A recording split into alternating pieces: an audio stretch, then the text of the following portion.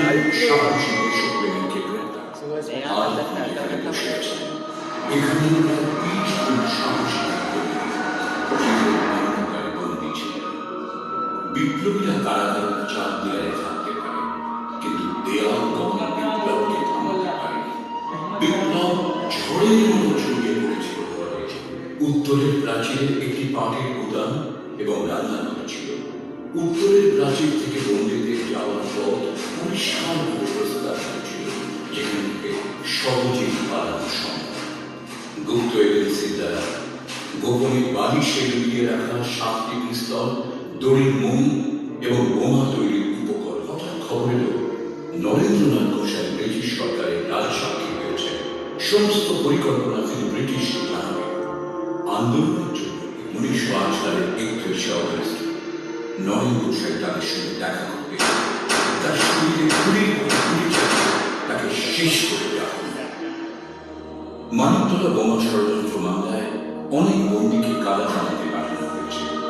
অনেকে প্রথমে মৃত্যু। আজ শতাধিক বছর বাদে ভারত মাতাকে ব্রিটিশ শাসন মুক্ত করার এই অনবসর চেষ্টা জেলের প্রতিটি দেয়ালে অনুপ্রমিত। গোটা ভারতবাসীর কাছে তারা চিরকাল প্রণম্য হয়ে থাকবে।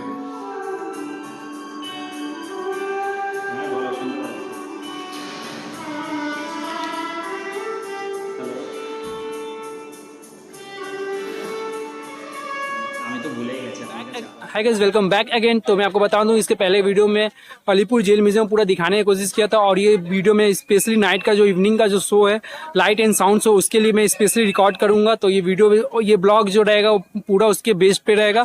तो चलिए, अभी शो स्टार्ट हो रहा है, तो चलिए देखते हैं।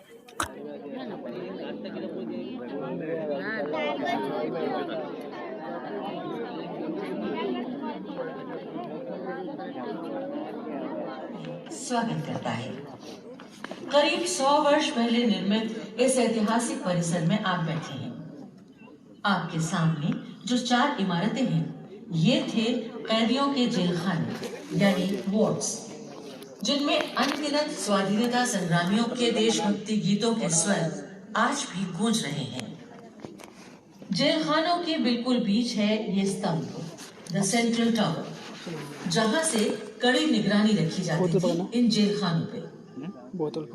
आपके दाहिनी ओर जो इमारत है, वो था अस्पताल, जहां कैदियों की देखभाल की जाती थी, जिन पर अंग्रेजों द्वारा बेरहमी से अत्याचार किए गए थे। आपके चारों तरफ प्राचीन वृक्ष हैं, इन समस्त घटनाओं के मौन गवाह।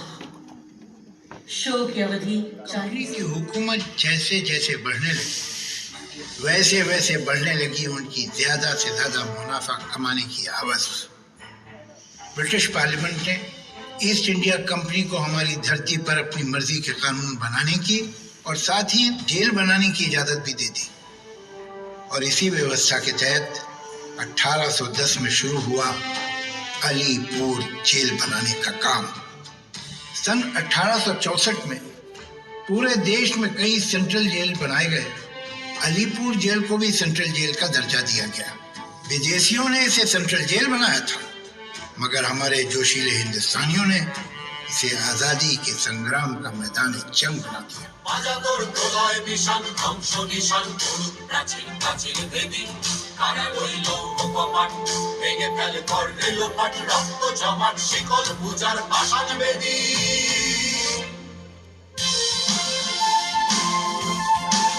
सॉलिड है।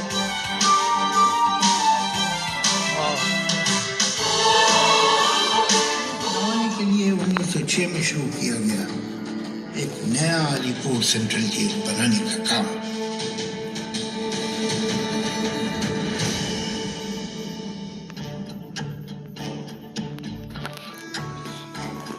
एक और बढ़ रही थी ईंट दर ईंट जेल खाने की कालकोठरियां, तो दूसरी ओर बढ़ रहे थे क्रांतिकारियों के हौसले।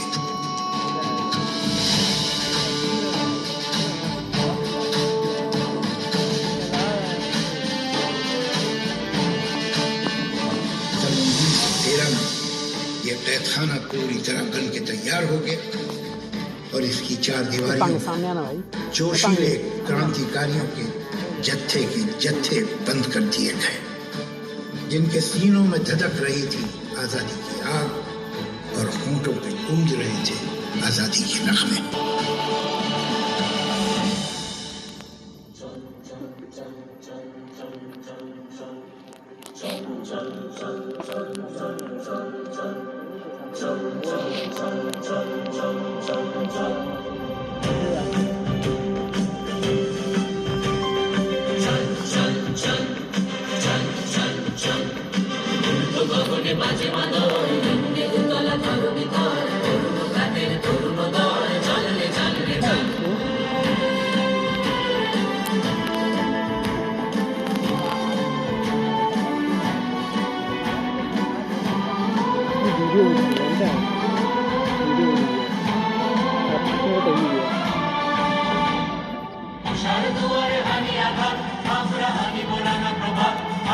बनाई हुई अंग्रेज सरकार ने नील की खेती करने वालों पर अत्याचार की छानबीन शुरू कर दी और सन 1860 में नील कमीशन भी बना डाला।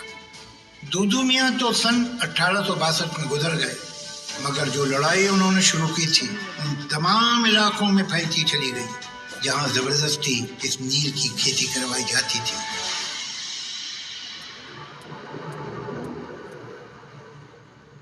उन्नीस 1905 में हिंदुओं और मुसलमानों की एकता को लॉर्ड कर्जन ने सांप्रदायिकता की एक लकीर खींच के बंगाल के बंटवारे का ऐलान कर दिया। बंगाल विभाजन से क्रोधित लोगों ने विलायती सामानों का बहिष्कार शुरू कर दिया और यहीं से जन्म लिया स्वदेशी आंदोलन। स्वराज पार्टी के देश बंधु चित्तरंजन दास ने विलायती कपड़ों का पूरी तरह से बहिष्कार करवा दिया था और फिर उनकी ओर आया देश प्रेम के आदर्शों और आजादी के जज्बे से भरपूर एक नौजवान, सुभाष चंद्र बोस। सन 1921 में चारों तरफ प्रिंस ऑफ वेल्स के आगमन की धूम थी, मगर सुभाष चंद्र बोस ने आम इंसानों को संगठित किया और प्रिंस ऑफ वेल्स के आगमन के खिलाफ खड़े हो। सुभाष चंद्र बोस को गिरफ्तार करके अलीपुर जेल में डाल दिया गया और कुछ दिनों बाद चित्तरंजन दास भी गिरफ्तार होकर इसी जेल में आ गए।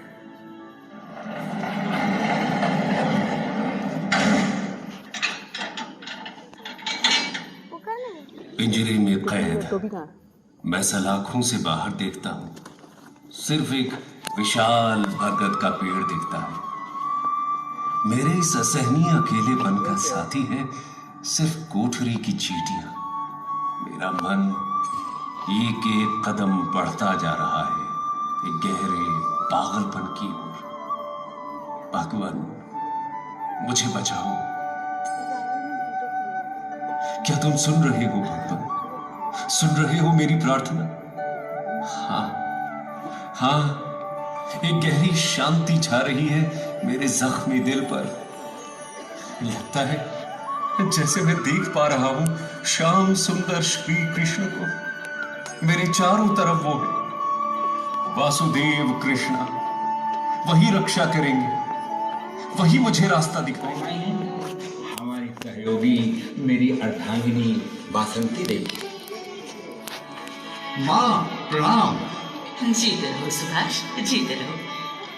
तुम जेल में हो ये सोचकर कई बार मन भर आता है, फिर ये सोचकर अच्छा भी लगता है कि तुम यहाँ आने से पहले कितना कुछ करके आए हो। तुम्हारे जोशीले भाषणों का असर ऐसा हुआ कि कोई नहीं निकला सड़क पे। ठीक है, पर बड़ी बात इस आंदोलन को लेकर लोगों की प्रतिक्रिया है। आंदोलन के असली कारीगर तो वही है ना। अहिंसा का मार्ग तभी सत्य होता है जब हिंसा को पूरी तरह त्याग सके। और अंग्रेज हमें कायर समझेंगे और हमसे नहीं डरेंगे। काश इस जेल की दीवार में एक छोटी सी दरार होती तो मैं उस दरार से बाहर निकल जाता और भेष बदलकर फिर से सुलगा देता असहयोग की चिंगारी। कौन जानता है आजादी की राह कौन सी है, कहाँ खत्म होगी ये राह कौन जानता है। हम तो बस तैयार रह सकते हैं।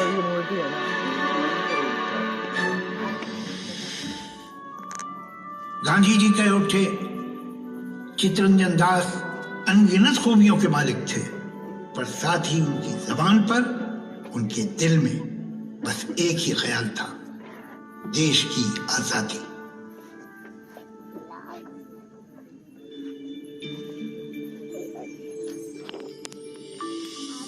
कांग्रेस वर्किंग कमेटी की सभा में भाग लेने के अपराध में सन 1930 में कई नेताओं के साथ मशहूर डॉक्टर विधान चंद्र राय भी गिरफ्तार होकर अलीपुर जेल में लाए गए।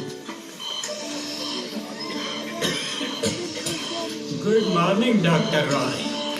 बीमार लोग तो आपकी राह देख रहे हैं। बिजोय, अस्पताल के काम ने मुझे जिंदा रखा है। हाथ पैर चल रहे हैं और स्टेथोस्कोप को कान से लगा रखा है। लोगों के दिल की धड़कन सुनने के लिए नहीं, दिल की आवाज सुनने के लिए। ये लो, एक और गया। वही बीमारी, बुखार और उल्टी। बिजोय, रात को नींद कैसी आई? मेरा कुछ नहीं होगा डॉक्टर साहब। ये खांसी तो अब मेरी मौत के साथ ही जाएगी। हाँ नरेंद्र, तुमसे जो मैं कहना चाहता हूँ वो ये है कि जो सजा ब्रिटिश जेलर तुमको नहीं दे पाए, वो सजा मुझसे लेते हुए तुम्हारी शक्ल कैसी होगी देखने की बहुत इच्छा थी मुझे।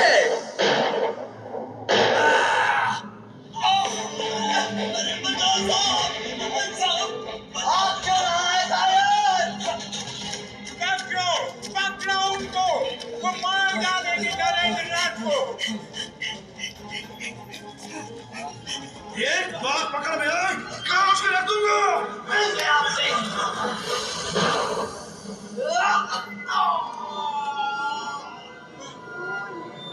उसको मार डाला कन्हैयालाल, इसकी सजा मिलेगी तुमको। मैं तैयार हूँ। खड़ा करो इसको, लगाओ चाबुक, जल्दी।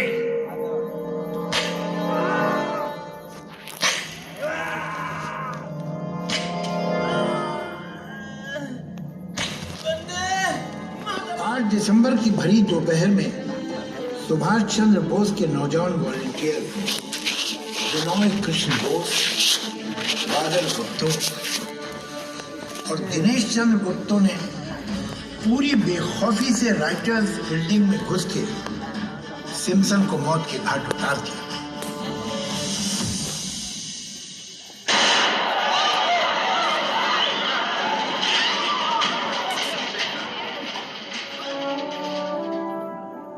पुलिस की गिरफ्तारी से बचने के लिए तीनों ने खुद को खत्म करने का प्रयास किया। बिनोय और बादल तो सफल हो गए, लेकिन दिनेश गुप्तो बच गए। उन पर मुकदमा दायर हुआ और उन्हें अलीपुर जेल में डाल दिया गया। 7 जुलाई 1931 की सुबह दिनेश चंद्र को फांसी के तख्ते की ओर ले जाया गया। बारिश की चुटपुट बूंदों में बड़े शांत कदमों के साथ फांसी घर की ओर चल पड़े। कैदियों की नम आंखें उन्हें देख रही थी। ऐसा लग रहा था कि जैसे सारे जेल का माहौल उन्हें विदाई दे रहा हो। 19 बरस के इस नौजवान को फांसी दे दी गई।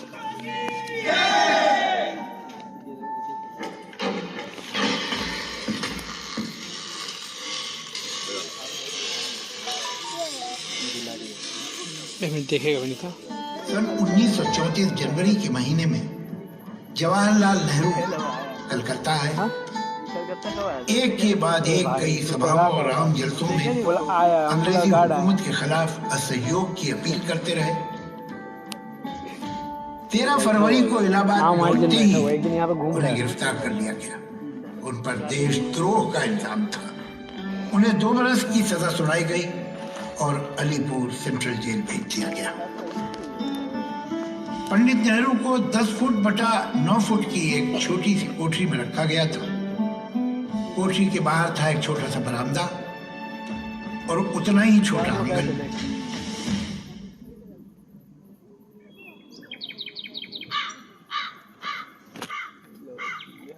इंदिरा, शांति निकेतन में गुरुदेव की मौजूदगी से तुम्हें हौसला तो खूब मिल रहा होगा ना?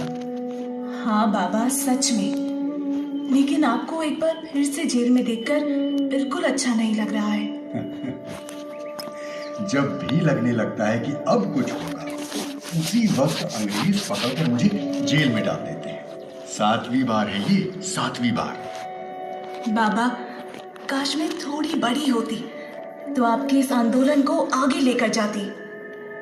आएगा इंदिरा, तुम्हारा वक्त भी जरूर आएगा।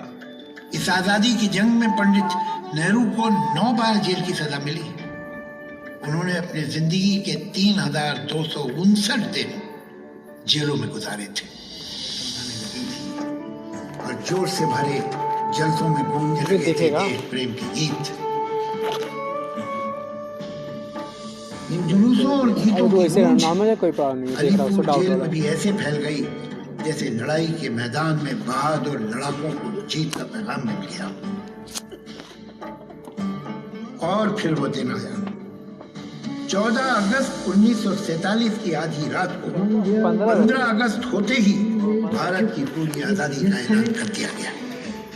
And now the time comes when we shall redeem our pledge. Pandit Jawaharlal Nehru बने आजाद हिंदुस्तान के पहले प्रधानमंत्री और दिल्ली के लाल किले पे लहरा उठा आजाद हिंदुस्तान का सुंदर तिरंगा।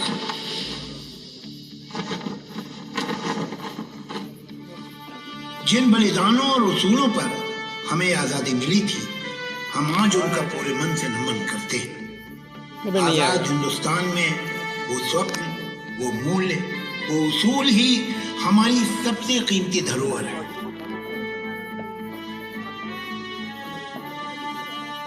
देश के हर धड़कते दिल में आज भी जागृत हैं उन शहीदों की यादें। यादों का ये खजाना इस देश में जन्म लेने वाली हर पीढ़ी अपनी अगली पीढ़ी को सौंपती रहेगी। विश्वास है कि ये खजाना हमेशा हमेशा सुरक्षित रहेगा।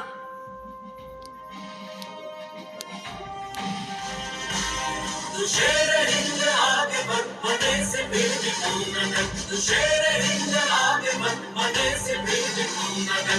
उड़ा के दुश्मनों का सर जो शेर वतन बनाए जा, उड़ा के दुश्मनों का सर जो शेर वतन बनाए जा, बनाए जा। खुशी के गीत गाए जा, ये जिंदगी है कौम की, तो कौम के गाए